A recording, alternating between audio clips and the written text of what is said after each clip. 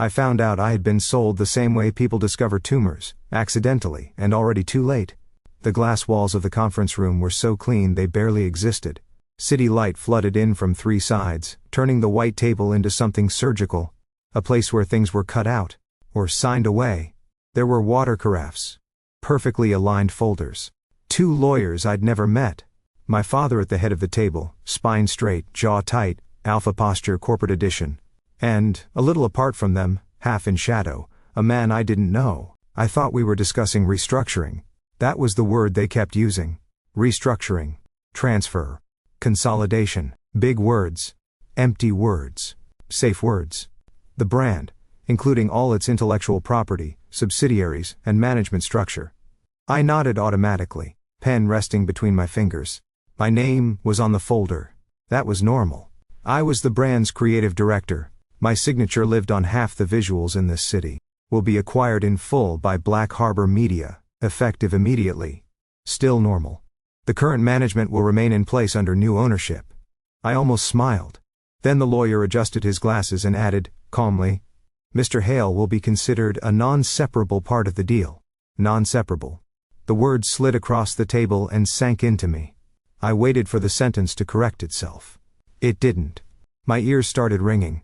A thin, high sound like feedback from a bad speaker. The room seemed to tilt, just slightly.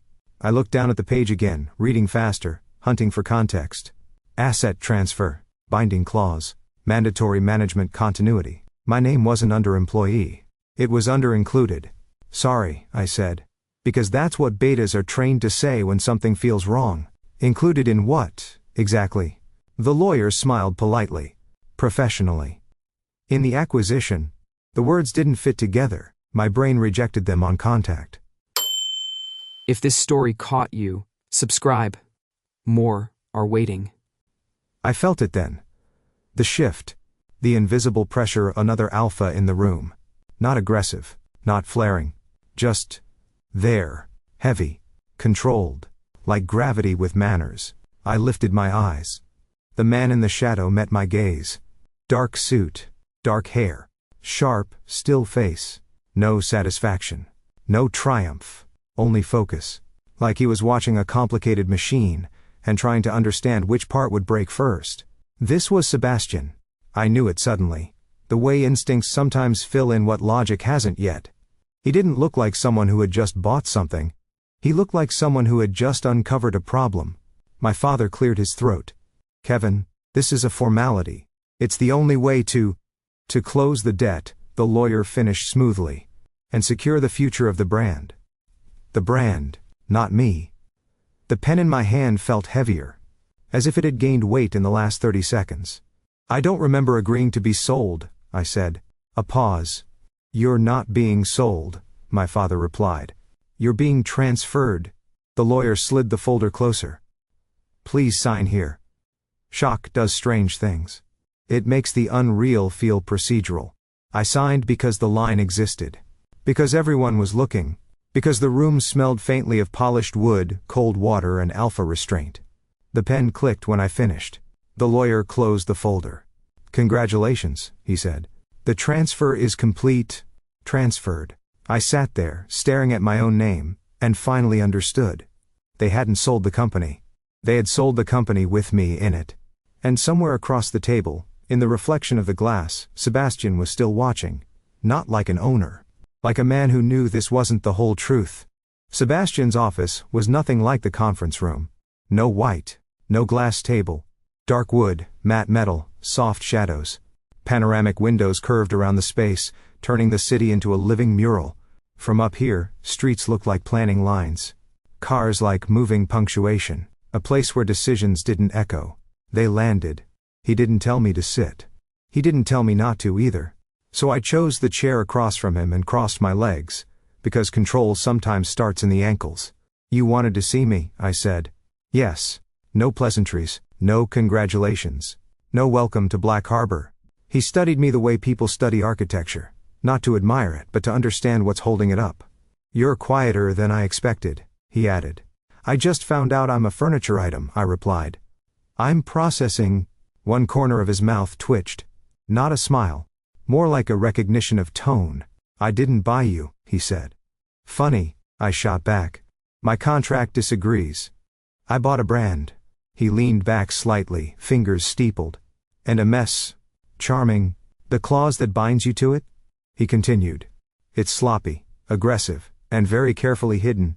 My spine stiffened before I could stop it. You read it. I read everything I sign. His gaze sharpened. And I don't like brands that lie. There it was. The first crack in the picture I'd painted of him. You're an alpha who buys collapsing companies, I said. Forgive me if honesty wasn't my first assumption. I buy collapsing companies, he agreed. Not people. The words landed heavier than he probably intended. Silence stretched between us. Not hostile, but charged. I was aware of him in that instinctive way. Not dominance, not threat. Awareness. Heat without a flame. I didn't ask to be part of your acquisition strategy, I said. I know. You didn't stop it. No, he said quietly. I started looking into why they needed it. That did something unpleasant to my stomach. You think there's more? I'm certain of it. I let out a short, humorless breath. Great. I've always wanted to be a mystery box. Sebastian stood and moved to the window. From there, he didn't look like a conqueror. He looked like a man staring at a board full of pieces he hadn't arranged himself. They built something very pretty, he said. Your family. I flinched before I could help it. And very hungry, he added. He turned back to me. You don't feel like an asset, Kevin. Then what do I feel like? He held my gaze. Like someone who's been caged beautifully. Something in my chest tightened. Control versus dignity. Owner versus man. And for the first time since that pen had clicked, I felt something other than shock. Suspicion. And the dangerous, unwelcome spark of interest. The new open space floor buzzed the way beehives do in documentaries, efficient, coordinated, full of purpose that didn't belong to any single insect. My name was on the walls. Not literally. Not anymore. But it was everywhere in the language, in the layouts, in the way people moved through the space, in the palette of muted metals and warm shadows I had once defended like a religion, in the curved screens, the restrained fonts, the carefully cultivated sense of belonging. I walked through it like a ghost haunting his own museum. Morning, Kevin. Hey, Kev. Did you see the new board request? I nodded, smiled, answered automatically. My body knew the choreography even while my head lagged behind it. And then I saw it, the logo, suspended above the main creative hub, slow rotating like a corporate halo. And just like that, I wasn't here anymore. We had started in a rented office above a closed-down dance studio. The mirrors were still on the walls. The carpet smelled like dust and citrus cleaner. There were 4 of us, 2 desks, 1 dying coffee machine, and a ridiculous amount of certainty. I had stood barefoot on a chair, holding a printed mood board and shaking hands, telling them we weren't building a brand. We're building a pack, I'd said. They'd laughed. Then they'd listened. I chose the name because it sounded like shelter, the colors because they felt like skin, the first slogan because it promised connection without ownership. I worked at night, high on takeout noodles and ambition, sketching logos while the city glowed below the windows. I'd taken photos of strangers' reflections in rainy streets because I liked the way people looked when they didn't know they were being watched. I built campaigns around warmth, not dominance. Belonging, not hierarchy. The first shoot was in an abandoned warehouse with borrowed lights and a model who cried because she said it was the first time a brand had made her feel human. I'd gone home that night and cried too. Because something inside my chest had clicked into place. Because I thought I had found my name. Kevin? The present snapped back in with the softest cruelty. Mara stood near my desk, tablet hugged to her chest, eyes bright and unsure. Beta. Junior designer. Still in the phase where work felt like a declaration. The team's ready for your review. Of course, I said. I moved to the central screen. They pulled up drafts. Motion tests. Mood reels. It was good work. Smart. Clean. Aligned. Mine. I gave notes. Adjusted colors. Suggested pacing. They nodded, typed, smiled when I joked about killing another font family in cold blood. They didn't know, not really, that while they were presenting the future, I was standing inside a very expensive mausoleum, because the brand didn't feel like a pack anymore. It felt like a mouth. And I was standing in it, explaining how beautifully it chewed. I felt his presence before I saw him.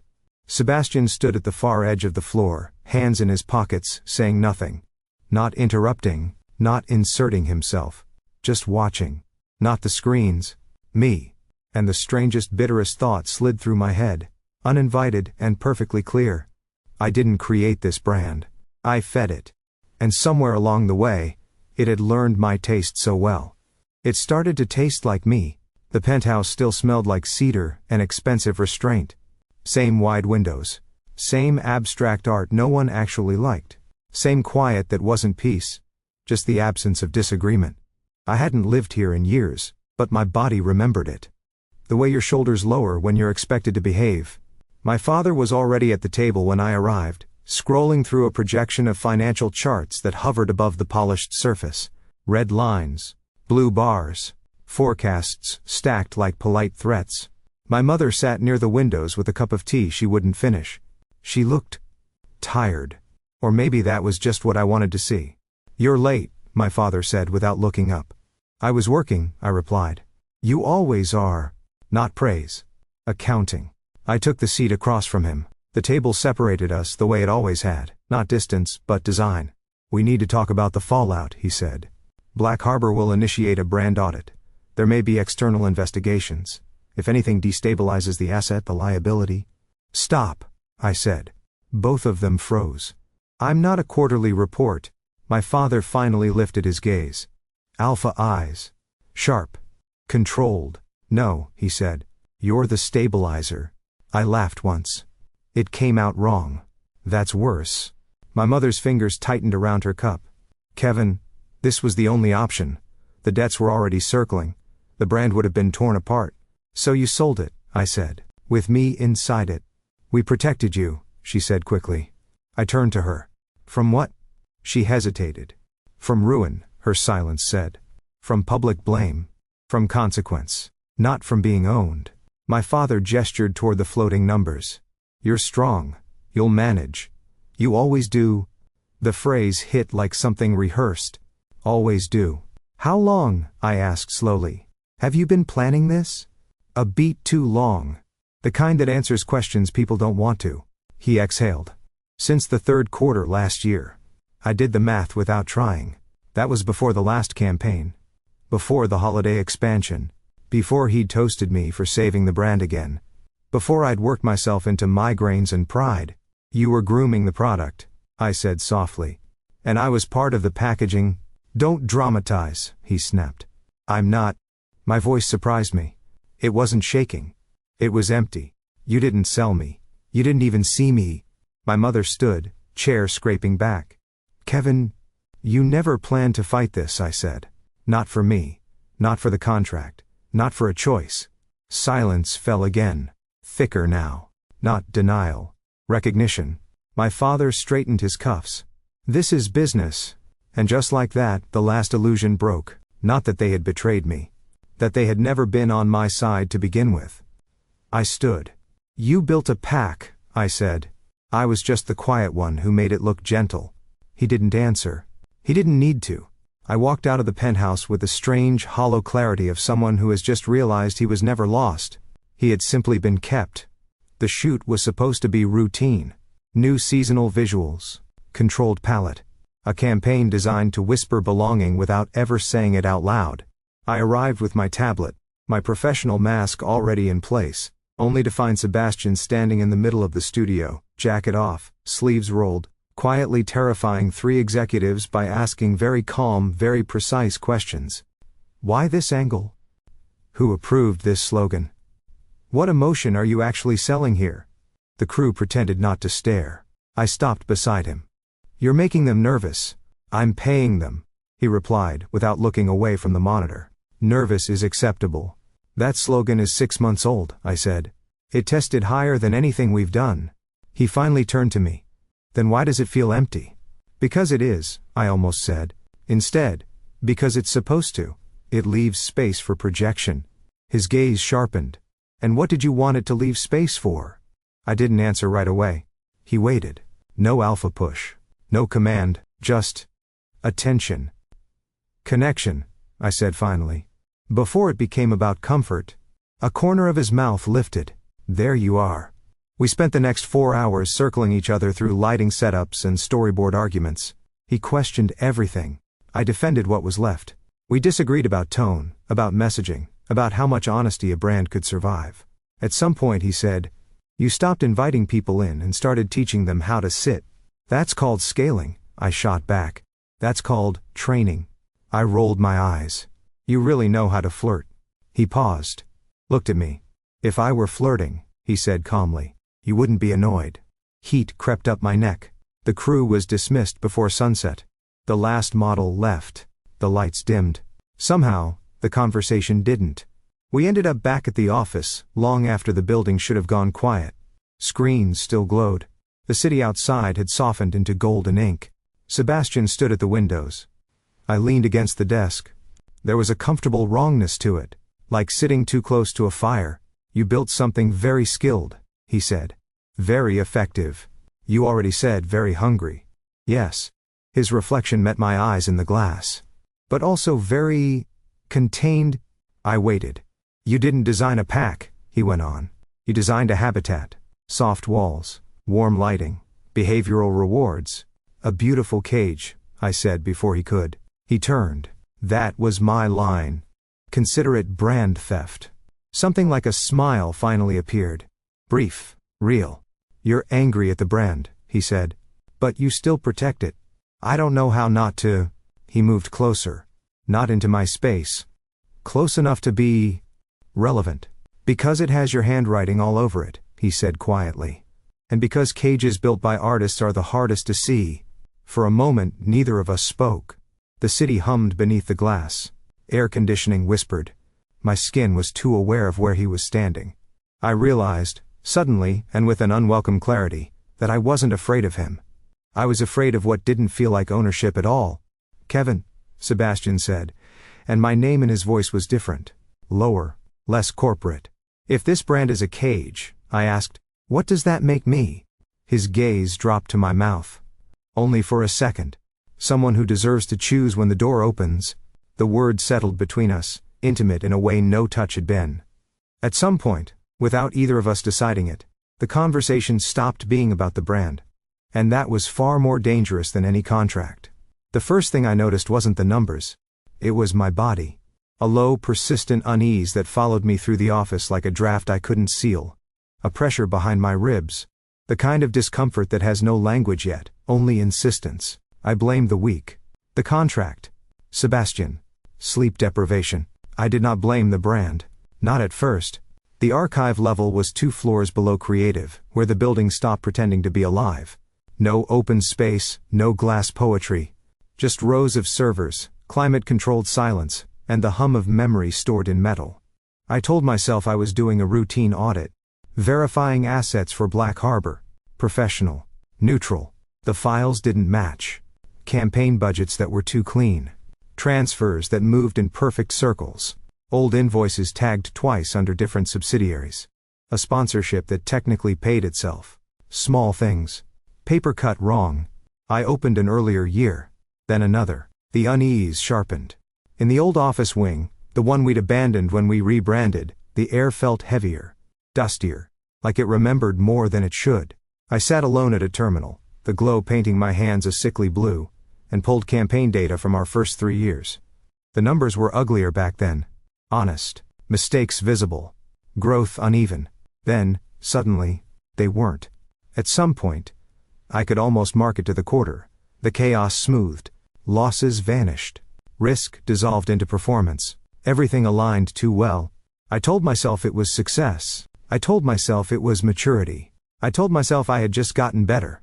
My fingers hesitated over the keys. The unease didn't fade.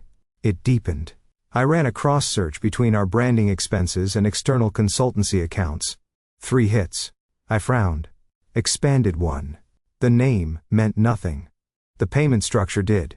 It mirrored an internal department we didn't outsource. I felt it then. Sharp and unmistakable. Not fear. Recognition. The same instinct that makes you stop smiling when a room goes quiet behind you. I stood, restless, and moved deeper into the old wing. Past unused desks. Past a meeting room where our first logo had been argued into existence. The smell changed. Not literally. Not something I could describe to anyone else. But to me, it felt like metal in the mouth. Like the air before a storm. Like walking into a place where anger had once lived and never quite left. I laughed under my breath. You're projecting, overworked, emotional, recently sold. Perfect conditions for paranoia. I returned to the terminal and opened the family-linked subsidiaries. Just to be thorough. Just to silence the noise. The list loaded. And didn't stop. My throat tightened. Because suddenly, the inconsistencies had a shape. And that shape looked uncomfortably familiar. It looked like the skeleton of a business I had grown up inside. It looked like my father's handwriting.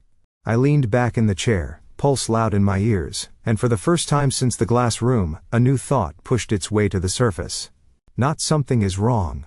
But they were never just building a brand.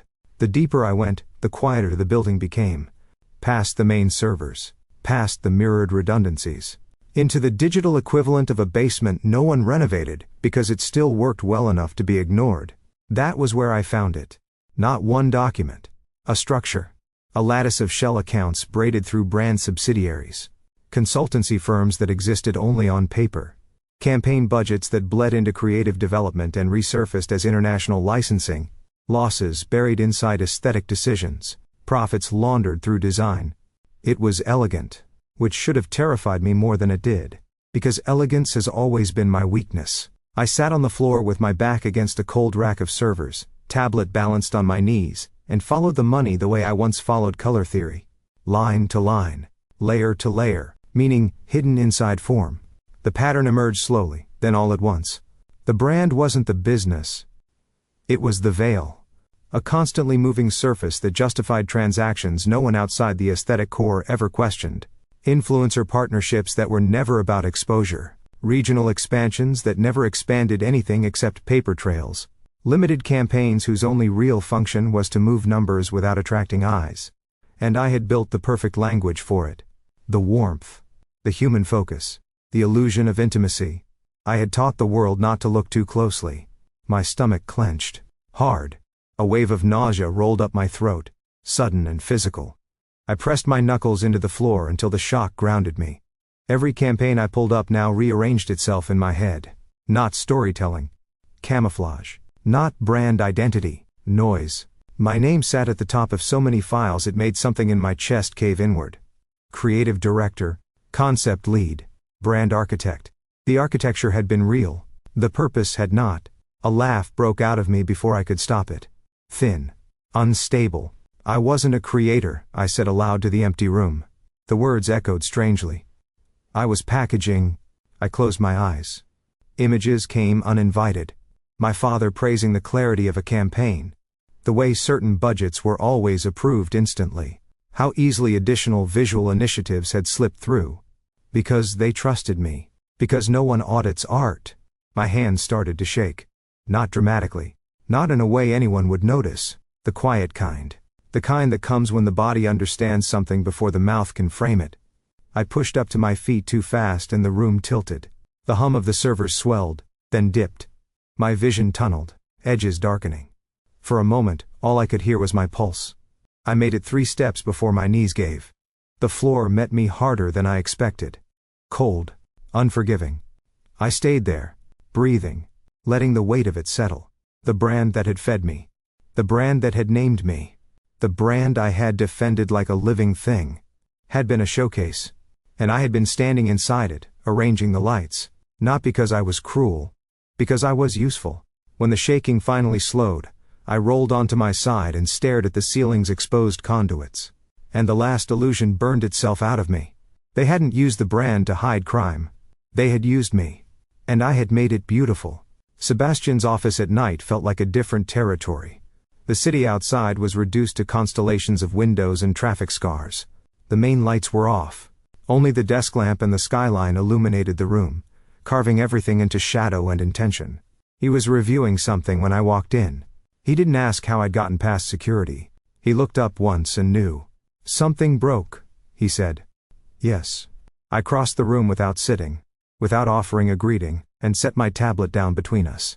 The impact was sharper than necessary. Your brand audit? He asked. My life, I replied. He didn't touch the tablet immediately. He watched my hands instead. The way they hadn't quite stopped shaking. Show me. I did. Not theatrically. Not efficiently. I talked. Too fast at first. Then slower. Then with a clarity that felt like bleeding. The shell firms. The mirrored departments. The timing shift. The way the numbers stopped being human the same year my father stopped letting me see the books. I told him about the old wing. About the pattern. About the realization that the brand wasn't a product but a mechanism. I built their skin, I said. They moved inside it. Sebastian finally pulled the tablet closer. He scrolled. Once. Twice. Then he nodded. I was hoping you were wrong, he said quietly. The words hit harder than denial would have. You already knew. Parts. He leaned back, fingers steepled. Black Harbor flagged irregularities in their debt structure 2 years ago. Not enough to prove crime, enough to suggest it. Your family's finances were unusually aesthetic. I snorted weakly. They always did like clean lines. I didn't expect the creative core to be the artery, he went on. But it explains the resistance to transparency, the speed of approvals. Why certain subsidiaries were untouchable. You bought a laundering operation. I bought a brand that made no economic sense, he corrected. And a man who didn't behave like someone protecting fraud. I closed my eyes briefly. When I saw you in that conference room, he said, you didn't look owned. You looked confused. That didn't fit the story. I opened them again. So what now? I asked. He studied the data in silence. Then he looked back at me. Now, he said, we stop treating this like a branding problem. And start treating it like what? An organism. His gaze sharpened. One that only survives because it looks harmless. I felt something shift. Not relief. Alignment. I don't want this buried, I said. I don't want a quiet settlement. I don't want to disappear into a consultancy firm and let them rebrand. His mouth curved slightly. Not amusement. Approval. I wouldn't have offered that. Good. We stood there, city light and data between us. Both of us aware of the cost this path would carry. This will burn everything, I said. The brand. My name. Their empire. Yes. And you? I lose a profitable acquisition, he replied. And gain a very public war. I met his gaze. I don't want to be protected. I'm not interested in protecting you, Sebastian said calmly. I blinked. I'm interested in fighting with you. Something in my chest steadied. No dominance. No seduction. No corporate theater. Just two men standing over the same open wound. On the same side of the knife. I didn't plan the confrontation. It happened the way storms do when the air has been wrong all day. I walked into the penthouse without calling ahead. The doors recognized me. The system always had. As if access were the same thing as belonging. My father was on the phone. My mother sat at the counter, sorting documents into neat, meaningless stacks. When she saw my face, something in her posture tightened. He ended the call. What happened? He asked. Not, are you okay? Not, why are you here? What happened to the numbers? I know, I said. Both of them stilled. Know what? My mother asked too quickly. Where the money went, how it moved, what the brand was actually for. My father's jaw set. A defensive instinct I'd seen my whole life. You don't understand the structure, he said. I understand it perfectly, I replied. I designed the wrapping. Silence. Heavy. Dangerous. You built a mechanism that used my work to hide criminal flow, I said. And you wrote me into the contract like furniture. My mother stood. We did what we had to. No, I said. You did what was easiest. Her face tightened. We did it for the family. I laughed. The sound cracked something in the air. You did it for the machine, I said. And you called it family because it sounds cleaner. My father stepped closer. Watch your tone. Or what? I asked softly. You'll disown me? You already sold me. The words landed like glass. My mother's breath hitched. Kevin, don't. Don't what? I shot back. Say it out loud. Stop being useful. My hands were steady now. My voice wasn't raised. That scared them more. I spent my life making you look humane, I said. I turned transactions into stories. Theft into design. You didn't even have to lie. I did it for you. That's not fair, she whispered. It's precise. My father's eyes hardened. You're emotional. You've been manipulated. Sebastian bought this company to dismantle us. Of course he'd fill your head with. Don't, I cut in. Don't pretend this came from him, this came from your books. Another step forward. Alpha presence, sharp and habitual. You owe this family everything, he said. I shook my head. No, I replied. I gave this family everything. And you spent it. He opened his mouth. I didn't let him speak. I am not your stabilizer. I am not your face. I am not your silence. I pulled a slim data drive from my pocket and set it on the counter between us. That's a copy, I said. Not the only one. My mother stared at it as if it might detonate. You won't, she said. I already did. I stepped back. Not dramatically. Decisively. I'm done being part of this pack, I said. Because packs protect their own. My father's voice followed me. If you walk out that door, you're on your own. I paused with my hand on the panel. Good, I said. The door slid shut behind me, sealing in cedar, glass, and a version of myself that no longer existed. The hallway smelled like nothing, and for the first time, that felt like air. Sebastian didn't interrupt when I came back. He didn't ask where I'd been. He didn't comment on the way my jacket still smelled faintly of cedar and closed rooms. He just poured a glass of water and set it on the desk in front of me. Sit, he said. I did. The city was quieter tonight. Or maybe I was. I spoke to legal, he said after a moment. There is a way out. I lifted my eyes. Your contract is aggressive, he went on, but not flawless. We can argue coercion, emotional duress, misrepresentation. With the right pressure, we could sever the binding clause within weeks. And the brand? Black Harbor absorbs it, restructures, rebrands. Your family's debts collapse into corporate litigation. Very little of it becomes public. He said it like a physician discussing a less invasive procedure. You walk, he added. You keep your name, you keep your career, you consult if you want, or disappear. I can make either clean. I let the words settle. Quiet exit. No press. No scandal. No blood on the glass. Just a door opened discreetly behind a burning house. My hands curled loosely around the water glass. The condensation cooled my palms. That protects you, I said.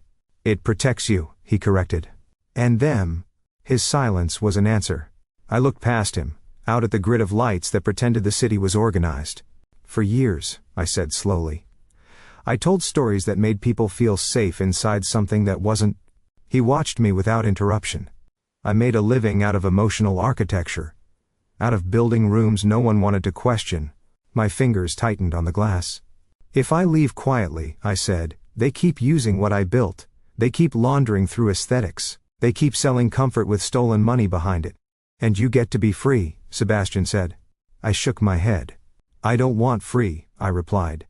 He frowned slightly. I want it named. The words surprised me with their certainty. I want it seen, I went on. Not for revenge, not for punishment. Because every campaign I ever made taught people to trust what they were looking at. And that trust deserves the truth. I met his gaze. If I disappear, I become part of the camouflage. Silence stretched between us again. Different now. Waited. Finally, he exhaled. This will cost you, he said. I know. It may cost me. I know. It will not end neatly. I felt something like grim humor brush my mouth. Nothing I built ever did. He studied me for a long moment. Then he nodded once. Not as an alpha. As a man choosing a direction. Then we don't take the quiet exit, he said. Relief didn't come. But something steadier did. Like ground after a fall. Good, I said. Because I wasn't trying to escape the fire anymore. I was trying to turn on the lights. The strangest part was how normal everything looked. Mood boards. Timelines. Creative briefs titled, Relaunch in optimistic minimalist fonts. If anyone walked into the war room that week, they would have thought we were preparing a resurrection. They weren't wrong. Just not the kind they expected. We worked after hours. Before hours. In the narrow time pockets where offices forget they are being watched. Screens filled with presentation decks that promised a bold new era, radical transparency, a return to values. The irony sat thick on my tongue. I designed the funeral the way I had designed every launch, with precision, with narrative arcs, with emotional choreography. Only this time, the climax wasn't a logo reveal. It was a confession. Sebastian handled legal architecture. I handled storytelling. Together, we built a stage large enough to hold the truth without letting it collapse into chaos. Slide 32, he said one night, standing behind me as I worked. The transition from financial mapping to brand narrative needs a breath. A breath costs 3 seconds, I replied. 3 seconds is where panic lives. People need somewhere to put it. I glanced back at him. Since when are you a pacing consultant? Since you started designing executions, his look said. Out loud he answered, since you stopped building illusions and started building detonations. I snorted. You make it sound poetic. It is poetic, he said. Just not kind. There were moments, absurd, human moments, threaded through the tension. The night we argued for 20 minutes about whether a certain slide transition looked too much like a tech keynote and ended up laughing like we'd forgotten the shape of it. The morning he brought in terrible vending machine coffee and called it a character-building experience. The way he'd started asking without thinking, what do you see here? Instead of what does this mean? And the way something in my chest reacted every time. Not instinct. Attention. We didn't talk about it. We didn't name the shift from alignment to something warmer, something dangerously adjacent to comfort. We stayed on the battlefield we'd chosen. Still, there were glances that lingered too long. Silences that didn't rush to be filled. A shared awareness that went beyond the screens between us. One night, near 3 a.m., I leaned back in my chair and studied the final structure. The arc was clean. Hope. Promise. Credibility. And then, the blade. This is a public execution, I murmured. Sebastian, standing at the window, answered without turning, no? He looked at me then. It's a burial, he said. Of something that's been dead for a long time. I let the words settle. Do you think they'll forgive me? I asked quietly. For building it? He asked. For destroying it. He considered that. Some won't, he said. Some will be grateful, most will be confused. And you? A pause. I think, Sebastian said. You're finally designing something honest. My throat tightened in a way that had nothing to do with fear. I turned back to the screen. Then let's make sure, I said, it deserves the spotlight. Because if the brand was going to die, it was going to die telling the truth. The auditorium was full before I stepped onto the stage. Press. Investors. Long-term partners. Influencers who had once cried on my sets. Executives who had built their careers around the visual language I designed. My family sat in the second row, perfect posture, neutral expressions, the kind people wear when they expect applause. Behind me, the screen glowed with the opening slide. A new era, polite music, soft lighting, the familiar emotional temperature of a reveal. I walked to the podium. The applause came automatically. It always had. I waited for it to fade. Thank you, I said, and my voice carried easily. Too easily. Years of directing had trained it to do that. This brand has always been about connection, I continued. About honesty. About building something people could trust. Heads nodded. Pens lifted. I helped create that promise. Another slide appeared. Early campaigns. Smiling faces. The first warehouse shoot. Nostalgia, curated and powerful. I told stories, I said. About warmth, belonging. Human design. The room softened. And I was proud of them. I touched the control in my hand. The next slide was not a campaign. It was a chart. Numbers. Structures. Arrows. The shift rippled through the audience like a delayed sound wave. But today, I said, I'm not here to launch a future. Silence sharpened. I'm here to tell you what this brand was actually built to do. Another click. Shell companies. Mirrored accounts. Transaction paths. Murmurs. Confusion. A cough. For years, I went on, this company functioned as a financial transit system. Its campaigns justified transactions. Its expansions masked transfers. Its aesthetics created trust where scrutiny should have lived. My mother's hand flew to her mouth. My father's jaw tightened. I didn't know, I said. Not at first. And that ignorance doesn't absolve me. A pause. But my work made this possible. The words tasted like iron. I designed the surface that let this structure breathe. I built the showcase. Another click. Highlighted documents. Dates. Internal signatures. I am not a victim standing here, I said. I am a participant who has finally understood what he participated in. The room had gone very quiet now. I was not only the face of this brand, I continued. I was its camouflage. Someone stood up in the back. A reporter. A camera light flared. So let me be very clear. I lifted my gaze and let it travel the room.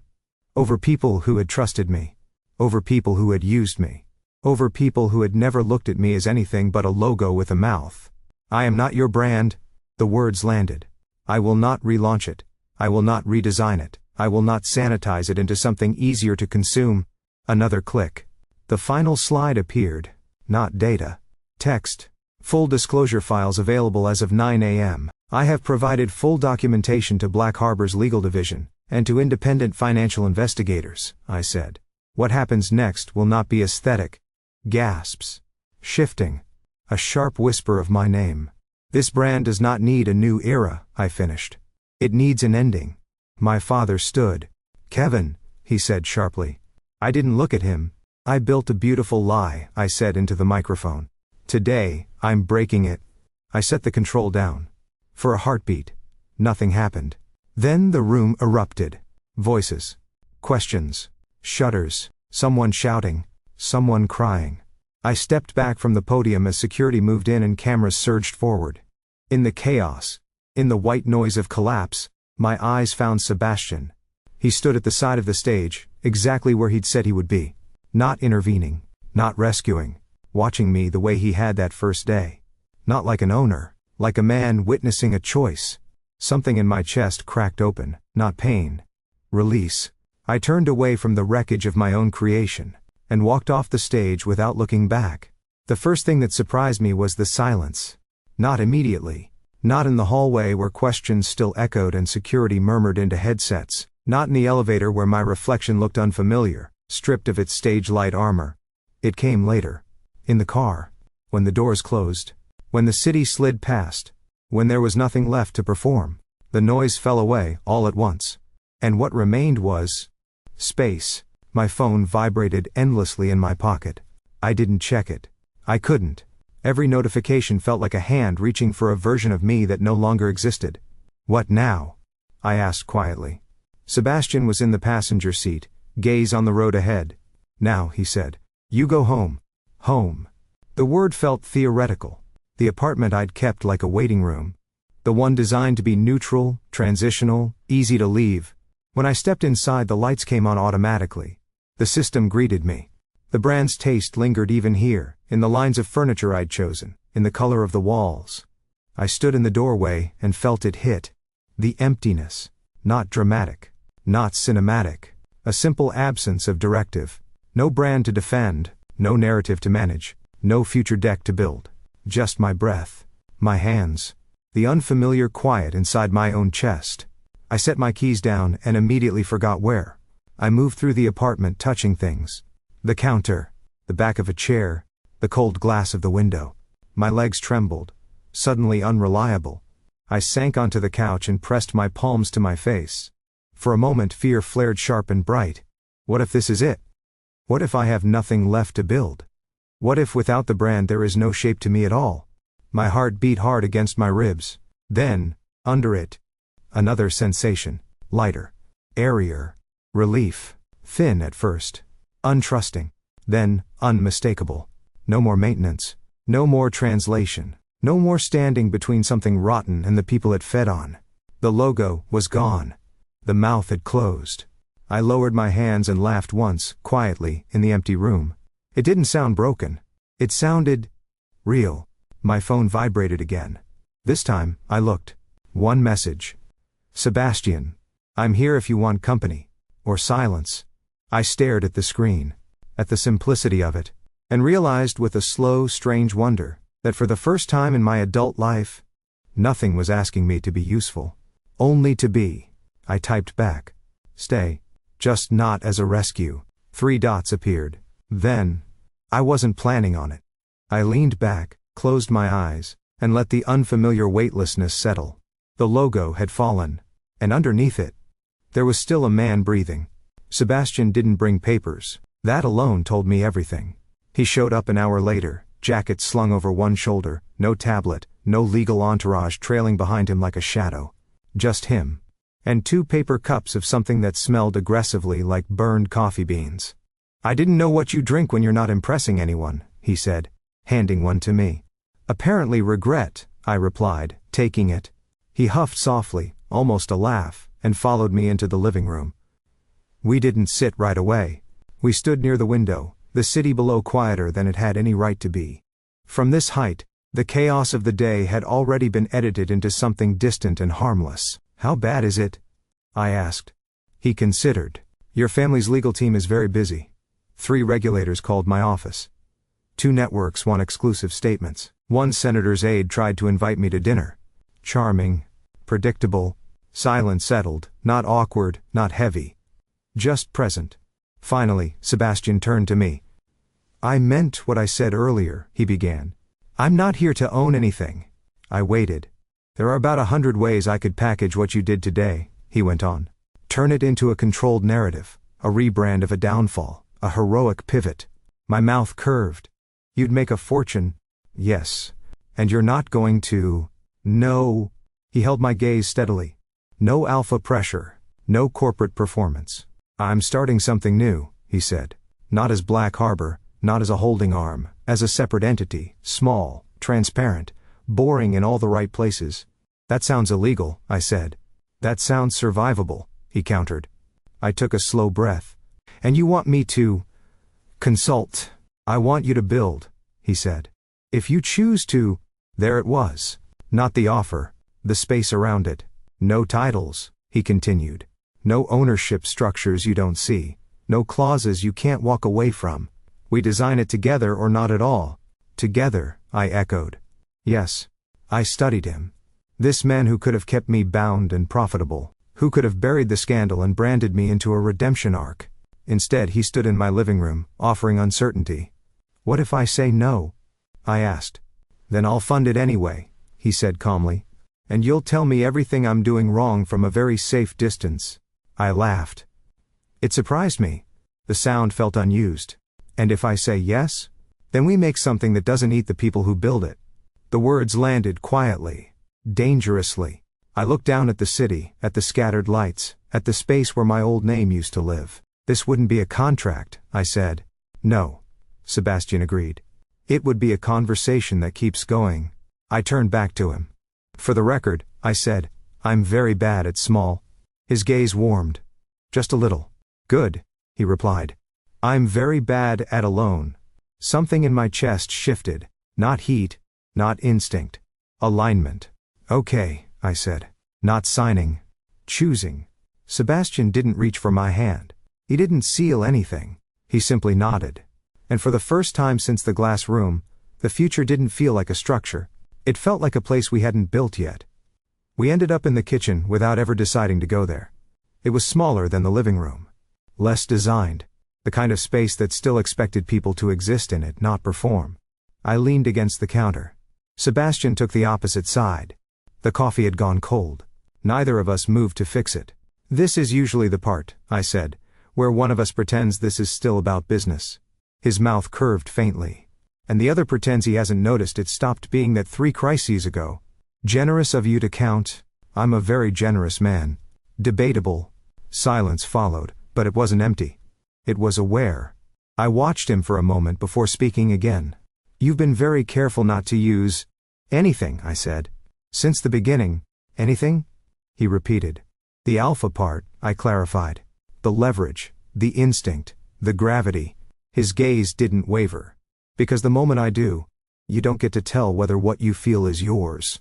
The words hit deeper than any flirtation would have. I exhaled slowly. "That's inconveniently decent of you." "I have my flaws," he replied dryly.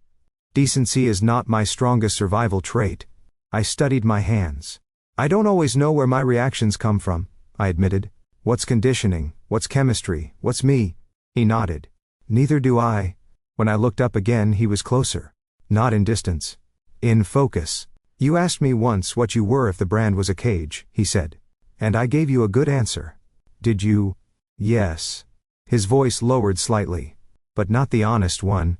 My pulse ticked louder. "The honest one," he continued, "is that I don't know what you are yet. Not to me. And that uncertainty is the only reason I trust this." I swallowed. "That's a terrible foundation. That's the only one that doesn't pretend." I laughed quietly. "You really are bad at alone. And you're very bad at letting people stand where they might want something from you." Trauma is very educational, I said. He considered that. So is desire. The word hung between us. Not charged. Named. I'm not interested in owning you, Sebastian said. Not your work, not your time, not your body. My breath caught anyway. I am interested, he went on, in finding out what happens when I stop pretending I'm not drawn to you. There it was. Not instinctual. Not territorial. Chosen. I straightened, heart steady and loud.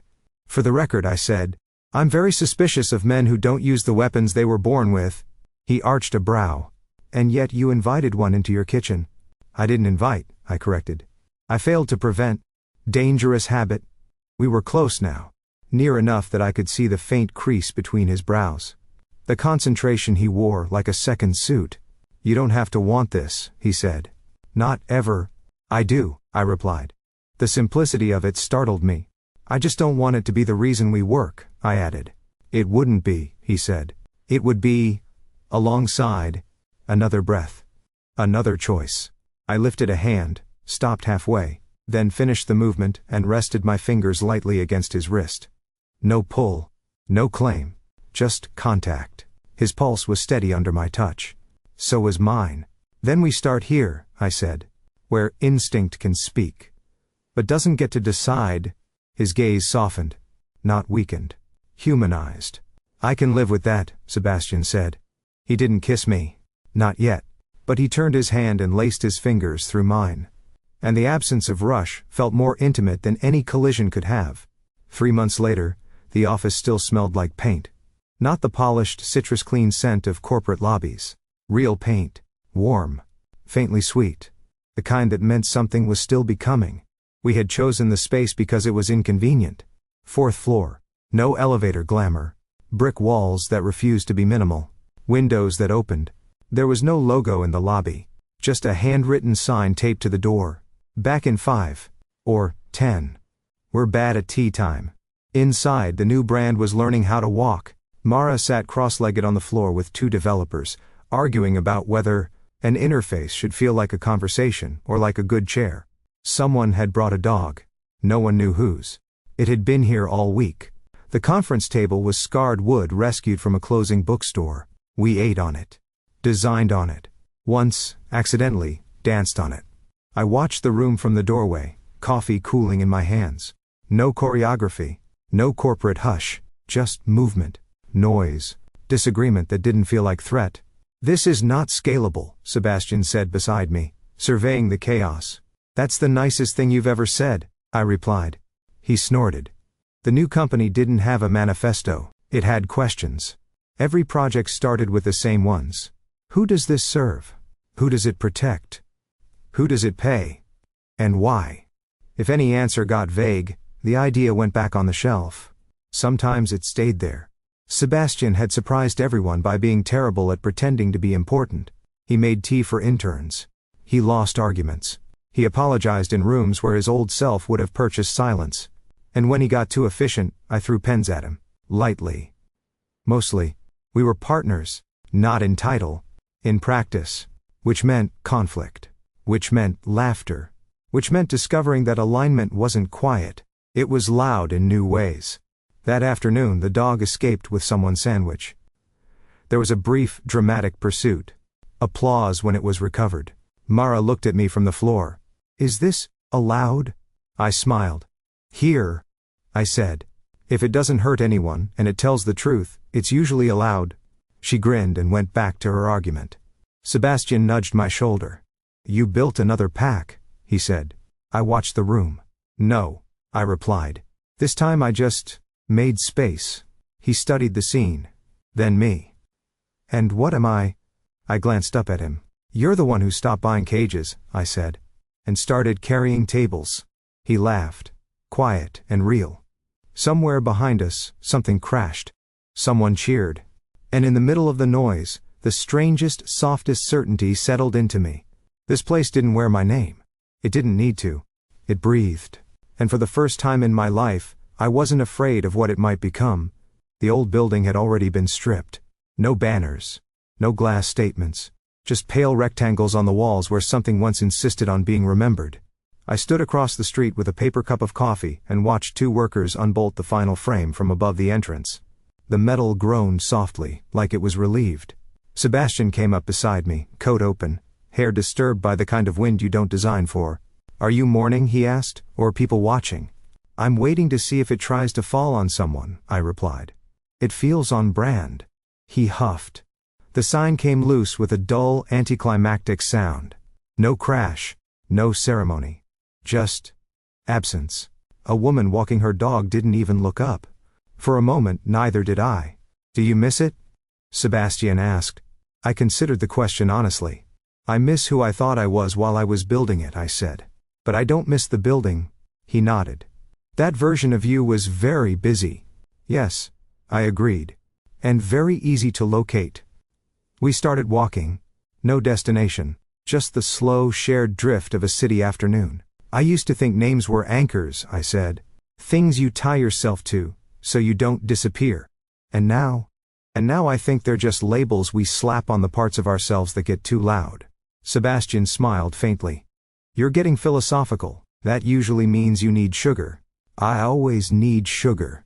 We stopped at a street vendor. He bought something fried and structurally unsound. I stole half. Across the way, the place where my old logo had lived was already being covered with blank canvas. Waiting. "Do you know what the first thing we designed at the new studio was?" I asked.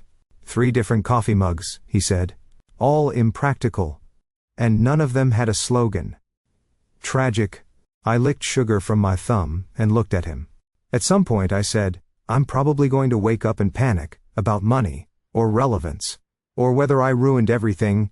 "Of course," Sebastian replied. "So will I." And then, he said, "We'll go to work, and argue, and fix something, and make tea, and let it be human." I nodded. The afternoon moved on around us. Traffic, wind, ordinary life. Once, my name had meant a company, a look, a promise. Now it meant something quieter, harder to market, easier to live with. I took another bite of the pastry and smiled. Because my name was not a logo. It didn't need to be seen from space. It just needed to belong to me. And for the first time, it did.